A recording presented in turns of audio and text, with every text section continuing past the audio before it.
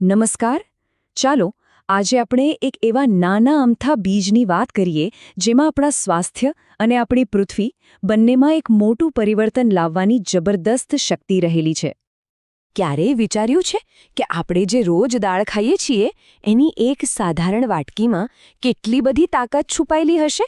આટલો નાનકડો દાણો આપણા સ્વાસ્થ્ય પર આટલો મોટો આટલો સારો પ્રભાવ કેવી રીતે પાડી શકે છે, ખરું ને? અને બસ આ જ કારણ છે કે દર વર્ષે 10મી ફેબ્રુઆરીએ સંયુક્ત રાષ્ટ્ર દ્વારા આખા વિશ્વમાં વિશ્વ કઠોળ દિવસની ઉજવણી કરવામાં આવે છે. એનો મુખ્ય હેતુ એ જ છે કે લોકો કઠોળના પોષણ મૂલ્ય, એનાથી થતા સ્વાસ્થ્ય લાભો અને ટકાઉ ખેતીમાં એનું શું મહત્વ છે એના વિશે વધુને વધુ જાગૃત થાય. તો ચાલો આપણી આ સફરની શરૂઆત એ સમજવાથી કરીએ કે આ કઠોળ ખરેખર છે શું? તો જુઓ, એકદમ સરળ ભાષામાં કહીએ તો કઠોળ એટલે શીંબી કુળના જે છોડ હોય ને એના સૂકા અને ખાવાલાયક બીજ. બસ આટલું જ. આ બીજ છે ને એ ફળીઓની અંદર ઉગે છે અને એની સૌથી મોટી ખાસિયત શું છે ખબર છે? એને સૂકવીને આપણે બહુ લાંબા સમય સુધી સાચવી શકીએ છીએ. અને આ પરિવારમાં આપણા સૌના પરિચિત સભ્યો જ છે, જેમ કે ચણા, મગ, મસૂર, વટાણા, રાજમા અને હા, આપણી તુવેર. આ બધા જ આપણા રોજિંદા ભોજનનો એક એવો ભાગ છે જેના વગર ચાલે જ નહીં. સારું, તો હવે આપણે કઠોળને બરાબર ઓળખી ગયા છીએ.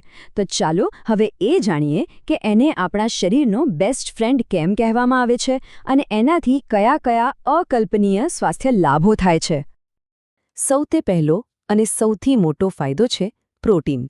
કઠોળમાં પ્રોટીન ભરપૂર માત્રામાં હોય છે, જે શરીરના વિકાસ અને માંસપેશીઓના સમારકામ માટે ખૂબ જ જરૂરી છે. ખાસ કરીને જે લોકો શાકાહારી છે એમના માટે તો આ પ્રોટીનનો મુખ્ય સ્ત્રોત છે. પ્રોટીન સિવાય કઠોળ આપણા હૃદય માટે એક રક્ષણાત્મક કવચ જેવું કામ કરે છે. એનું નિયમિત સેવન કરવાથી ખરાબ કોલેસ્ટ્રોલ ઘટે છે અને હૃદયરોગનું જોખમ પણ ઓછું થાય છે. અને હા, એમાં રહેલું ભરપૂર ફાઇબર એ આપણા પાચનતંત્રને એકદમ વ્યવસ્થિત રાખે છે. એનાથી ફક્ત કબજિયાત જેવી સમસ્યાઓ જ દૂર નથી થતી, પણ આપણા આંતરડાનું સ્વાસ્થ્ય પણ સુધરે છે અને આપણે અંદરથી એકદમ ફ્રેશ અને હેલ્ધી ફીલ કરીએ છીએ. અને જે લોકો ડાયાબિટીસની સમસ્યા સામે લડી રહ્યા છે એમના માટે તો કઠોળ વરદાનરૂપ છે. એનો ગ્લાયકેમિક ઇન્ડેક્સ ઓછો હોય છે, એટલે એ લોહીમાં શુગરના સ્તરને નિયંત્રિત કરવામાં ખૂબ જ મદદ કરે છે. પણ કઠોળના ફાયદા ફક્ત આપણા શરીર પૂરતા જ નથી. સાચું કહું તો એ આપણી પૃથ્વી માટે પણ એક અમૂલ્ય ભેટ છે અને ટકાઉ ખેતીનો મજબૂત પાયો નાખે છે. જુઓ, કઠોળની ખેતી છે ને એ આપણા પર્યાવરણને ઘણી બધી રીતે મદદ કરે છે. પહેલી વાત, એના છોડ જમીનમાં કુદરતી રીતે જ નાઇટ્રોજન ઉમેરે છે. આનાથી શું થાય? જમીન વધારે ફળદ્રુપ બને છે અને રાસાયણિક ખાતરની જરૂર ઓછી પડે છે. અને એટલું જ નહીં, બીજી એક ખાસ વાત એ છે કે કઠોળ ઉગાડવા માટે બીજા પાકો કરતાં ઘણું ઓછું પાણી જોઈએ. વિચારો, પાણી જેવા અમૂલ્ય સંસાધનની કેટલી મોટી બચત થાય. તો કહેવાનો મતલબ એ છે કે કઠોળ ઓછા સંસાધનોનો ઉપયોગ કરીને આપણને વધુ પોષણ આપે છે. અને એટલે જ એને સસ્ટેનેબલ ફૂડ એટલે કે ટકાઉ ખોરાક કહેવામાં આવે છે. એમ સમજો કે આ ભવિષ્ય માટેનો ખોરાક છે. ચાલો હવે વાત કરીએ આપણા દેશ ભારતની.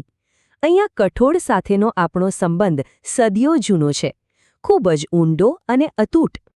અને આ આપણા સૌ માટે ગર્વની વાત છે કે ભારત આખી દુનિયામાં કઠોળનો સૌથી મોટો ઉત્પાદક દેશ છે.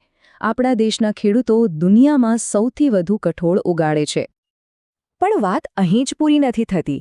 આપણે સૌથી મોટા ઉત્પાદક તો છીએ જ, પણ સાથે સાથે વિશ્વના સૌથી મોટા ઉપભોક્તા પણ છીએ.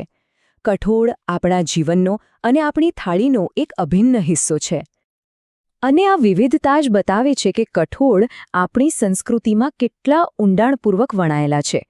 ઉત્તરની દાળ રોટલી હોય કે દક્ષિણનો સાંભાર, પૂર્વના દાળ ભાત હોય કે પશ્ચિમ ભારતની અવનવી દાળ, કઠોળ વગર દરેક થાળી અધૂરી છે. તો આ વિશ્વ કઠોળ દિવસ પર ચાલો આપણે સૌ આ એક નાનો પણ મહત્વનો સંદેશ યાદ રાખીએ અને આપણા આહારમાં કઠોળનો વધુમાં વધુ સમાવેશ કરવાનો સંકલ્પ કરીએ. કારણ કે યાદ રાખજો, જ્યારે આપણે કઠોળ ખાઈએ છીએ ત્યારે આપણે ફક્ત આપણું જ નહીં પણ આપણી આ પૃથ્વીનું પણ ભરણપોષણ કરીએ છીએ. આજે અમારી સાથે જોડાવા બદલ આપનો ખૂબ ખૂબ આભાર.